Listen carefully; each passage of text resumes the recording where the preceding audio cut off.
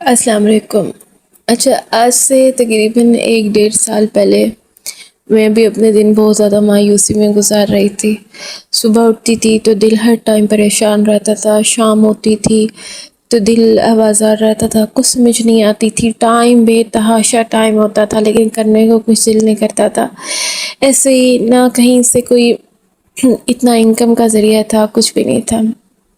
پھر ایک دن ویسے ہی اپنی سہیلی کے ساتھ باتیں کر رہی تھی تو ہاں استغفار پڑھا، بس اللہ جسے جس ٹائم کوئی ہدایت دے دے کوئی، تو اس نے اپنے بارے میں بتایا کہ میں یہ پڑھ رہی ہوں تو مجھے اس سے بڑا فائدہ ہوا، تو میں نے کہا چلو میں بھی کرتی ہوں۔ ایک دم مجھے شوق ہوا اور میں نے پڑھنا شروع کر دیا۔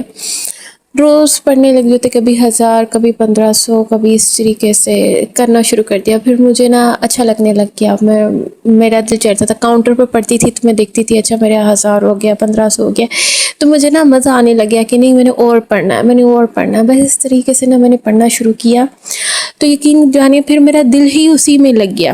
ہر نماز کے بعد جو ہے نا میں کاؤنٹر لے کر بیٹھ جاتی تھی، ساری چیزیں چھوڑ دی، مجھے یہ بھی نہیں یاد رہتا تھا کہ میری کون سی پریشانی ہے، کیا ہو رہا ہے کیا نہیں ہو رہا، میں سب کچھ بھول گئی۔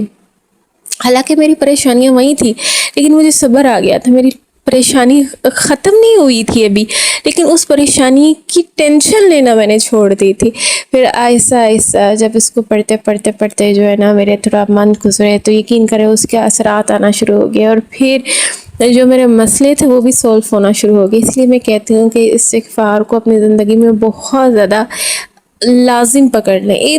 آپ پورا نہ پڑھیں، استغفر اللہ استغفر اللہ استغفر اللہ، بس اتنا بھی آپ چلتے پھرتے، اور سب سے بڑی بات یہ کہ اس میں وضو کی کوئی قید نہیں ہے، آپ وضو بے وضو اس کو پڑھ سکتے ہیں۔ آپ پڑھنا سٹارٹ کریں، یقین کریں جو سب سے پہلے آپ کو اس کی افادیت ملے گی نا، آپ کے دل کو سکون آنا شروع ہو جائے گا، آپ کی پریشانی بھی کم ہوگی، ختم ہوگی انشاءاللہ بحکم الہی۔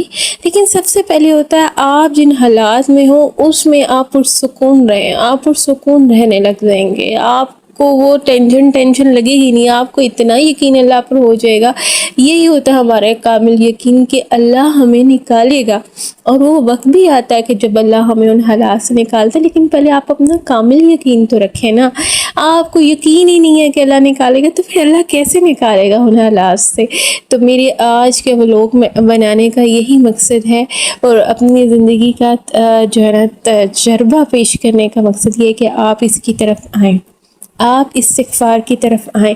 زیادہ نہیں پڑھا جاتا، ایک ایک تسبیح جو ہے نا آپ ہر نماز کے بعد پڑھنے، یقین کریں 5 منٹ بھی نہیں لگتے پڑھنے میں۔